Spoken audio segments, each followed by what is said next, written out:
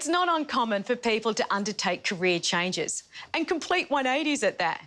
Now, franchisees are commonly among that category. And for former successful banker Greg, well, he made the leap from semi-retirement to owning a Michel's Patisserie cafe, a transition which Darren found has ultimately proven an award-winning decision. Why did you, after your long career in banking, decide to start your own business? We chose Michel's because, one, it had an extensive network, had a lot of experience, had over 300 stores, and it was quite popular from what we saw at the shopping centres when we researched. But also, it's very important to look at who owns Michel's as well. So we had a look at the franchisor, and the retail food group had good management, good experience, and then our broker came up with an opportunity in Toronto because we wanted to have a look at an underperforming business. We didn't want to buy a brand new franchise. My wife fell in love with Leighton Macquarie as soon as she saw it, as soon as we drove down the main street. And that was what got us interested. And then we did all our research, and here we are today.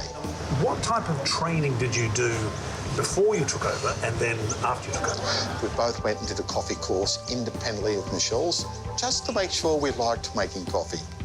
Once we'd signed with Michel's, they have a 4-week training course on the Gold Coast, and that covered many aspects from human resource management, financial management, definitely how to make coffees, savouries presentation, cake presentation. And before we could come in-store, they have you go and do 3 days training at other local franchises. And we were very lucky.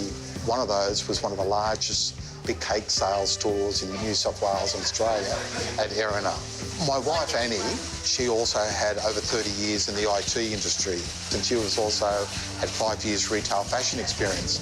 What we learnt that we could use of her skills was all the cakes are designed on computers in-house now.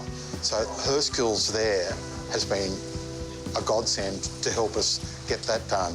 Realistically, when you open a business like this, you've got to almost do everything. You've got to do staff employment letters, you've got to manage staff, you've got to manage the financial performance of the business, you've got to work out key performance indicators, you've got to work out your local area marketing, sponsorships. Where a lot of restaurants and businesses go broke is not by managing the books well, but it's the engagement with our customers.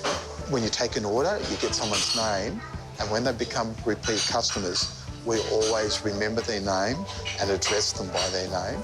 I've got a pop quiz for you then. How many of your customers do you know by name? I would say, out of our regulars, I would remember 95% of them, as well as their coffee order. And also, if they've got children, I know their kids' names. We get involved in their lives and they get involved in our lives. And we share stories on that side of it. And I think that's one of the keys. Naturally, we provide a consistent product, but it's all about our customers and genuine care for them and always interested in their well-being. The service is so good and they're all so friendly, and anything you want, you know, they're there with it. We come and it's just like coming to family. We know all the girls and they're all beautiful, and Annie and Greg are wonderful. What would be your #1 tip for success in small business? It's all about having a team that provides the best customer service beyond expectations, making people feel welcome, always smiling. And our team follow our lead. They've bought in to how we want to treat customers. They also remember customers' names and share their experiences with customers and vice versa. To get peer support is the highest of accolades that you can get, and to be involved with the creme de la creme of the retail industry and to win the award for Toronto and our staff is surreal. Congratulations.